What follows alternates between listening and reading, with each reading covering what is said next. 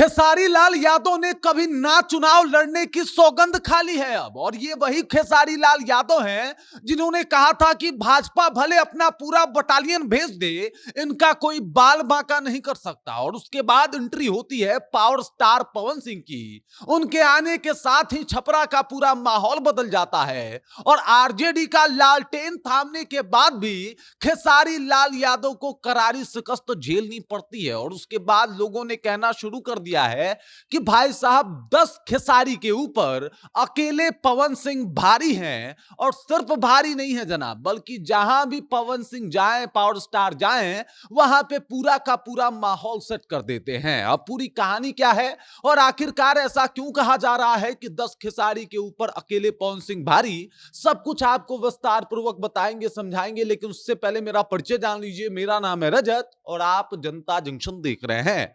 देख लीजिए, खेसारी लाल यादव जब छपरा विधानसभा का चुनाव लड़ रहे थे, तब उनकी जो बयानबाजी थी वो गजब की थी। वो सभी को जो है वो लपेट रहे थे।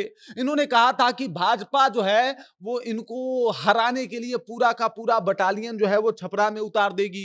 एक बार इन्होंने ये तक कह दिया कि भाई साहब भाजपा जो है अब चुनाव बिहार में थोड़े लड़ रही है, अब मात्र छपरा में लड़ रही है, क्योंकि लड़ाई उनको लग रहा है कि सिर्फ अकेले मैं ही दे रहा हूं। और इस घमंड का जवाब मिलता है काउंटिंग वाले दिन। खेसारी लाल यादव वहां छोटी कुमारी के हाथों करारी शिकस्त झेलते हैं, हार जाते हैं। हालांकि खेसारी लाल यादव ने भी अपनी फील्डिंग बड़ी मजबूत करवाई थी। अखिलेश यादव उत्तर प्रदेश से आए थे, तेजस्वी यादव इनके लिए वोट मांगे थे। तमाम जो आरजेडी और कांग्रेस के नेता हैं उन लोगों ने खेसारी लाल यादव के पक्ष में वोट जो है वो देने की अपील की थी। लेकिन ये सारा का सारा अपील धुआं हो गया, क्योंकि उसके बाद पावर स्टार पवन सिंह की एंट्री होती है। और एंट्री के साथ ही छपरा के अलावा पवन सिंह जहां जहां जाते हैं वहां वहां का पूरा माहौल बदल जाता है। अब जरा विचार कीजिए, कोई इंसान 43 सीटों पे जाके प्रचार करता है और 43 सीटों पे प्रचार करने का परिणाम यह होता है कि 41 सीटों पे जो है वो भाजपा और एनडीए की जो है वो जीत हो जाती है, वहां से उनके एमएलए निकल जाते हैं। ये बातें बताती है कि भाई साहब पावर स्टार पवन सिंह का जलवा क्या है। और ये जो आंकड़े हैं ये कोई इत्तेफाक नहीं है भाई साहब, ये पावर स्टार पवन सिंह का दम है जो इस बार चुनाव में देखने को मिला है। इस चुनाव को मद्देनजर रखते हुए भाजपा को लग रहा है कि भाई साहब बिहार को लेके उनको एक बड़ा चेहरा और बड़ा नाम मिल गया है, जिसे आगे चल के बड़ा पोस्ट भी मिल सकता है। बड़ा पोस्ट आप अपने हिसाब से सोच लीजिए कि बिहार का बड़ा और सबसे बड़ा पोस्ट क्या हो सकता है।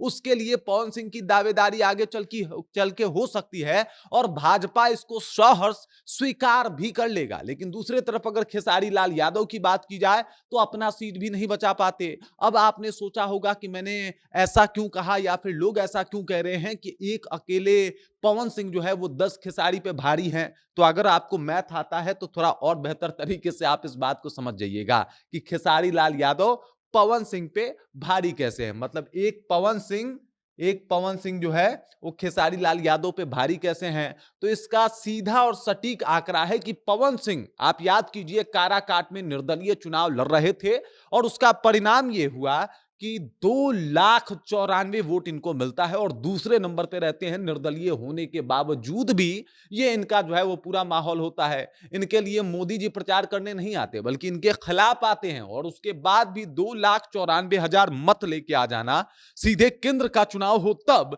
ये अपने आप में बहुत बड़ा रिकॉर्ड है। और उसी वक्त साबित कर दिया था पवन सिंह ने कि भाई साहब हम क्या चीज हैं और हम किसके लिए जाने जाते हैं। तमाम कोशिश के बाद भी उपेंद्र कुशवाहा को वहां से चुनाव हारना पड़ता है। और सिर्फ वहीं से नहीं बल्कि कई सीटों पे जो लोकसभा चुनाव में करारी शिकस्त झेलनी पड़ती है भाजपा को या फिर एनडीए को, वो पवन सिंह के ही वजह से होता है। और सबको पता चल जाता है कि पवन सिंह ने ये पूरा खेल ही कर दिया।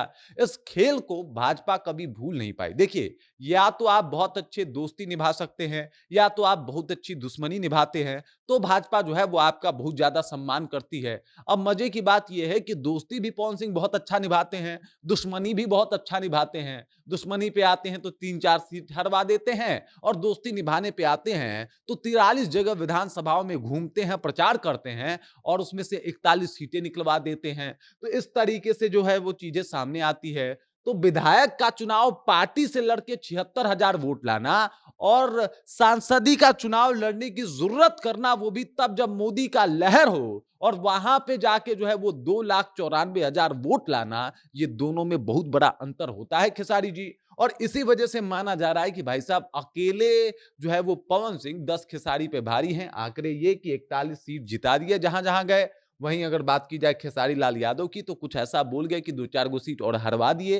असर तो हुआ है, लेकिन खेसारी लाल यादव का निगेटिव और पवन सिंह का जो है वो पॉजिटिव। और इसी वजह से जो पवन सिंह के फैन है, जो पावर स्टार के फैन है, वो कह रहे हैं कि भाई साहब पावर वाकई यहीं से शुरू होता है, क्योंकि ये जो पावर हिट लगा है पवन सिंह का और जिस तरीके से ये 41 सीटों को जिताए हैं, जिस तरीके से उनका प्रचार प्रसार रहा है, लोग ये भी मान रहा है कि भाजपा जो एक बड़ा चेहरा तलाश कर रही थी, वो तलाश अब पवन सिंह के नाम पे पूरा हो चुका है और पवन सिंह को बड़ी जिम्मेदारी जो है वो मिल सकती है। विधायकी नहीं लड़े, सबको पता है। पवन सिंह का कहना था कि हम ही विधायकी लड़ने थोड़े आए हैं, हम लड़ेंगे तो या तो सांसद ही लड़ेंगे, नहीं तो आप सोचिए आपको हमारा कैसे यूज करना है। बाकी ये छोटा मोटा चुनाव हम नहीं लड़ते। पवन सिंह अपने राजा मिजाज में अपना जो है वो बात को रखते हैं। पवन सिंह राजा मिजाज के आदमी हैं भी, लोग कहता है इनके लिए। अब चीजें जो है इस तरीके से हो गई है पवन सिंह को लेके कि बिहार में भाजपा का एक बहुत बड़ा चेहरा अगर कोई माना जा रहा है तो पवन सिंह है। और इसी वजह से तो मैं कह रहा हूं कि अकेले कईयों पे भारी हैं, जिनका नाम है पवन सिंह। बाकी इस खबर, इस जानकारी को लेके आप क्या सोचते हैं, आपके जहन में क्या कुछ चल रहा है, कृपया कमेंट कीजिए और अपना विचार हम तक पहुंचा दीजिए। बाकी आप देख रहे हैं जनता जंक्शन और मेरा नाम रजत है।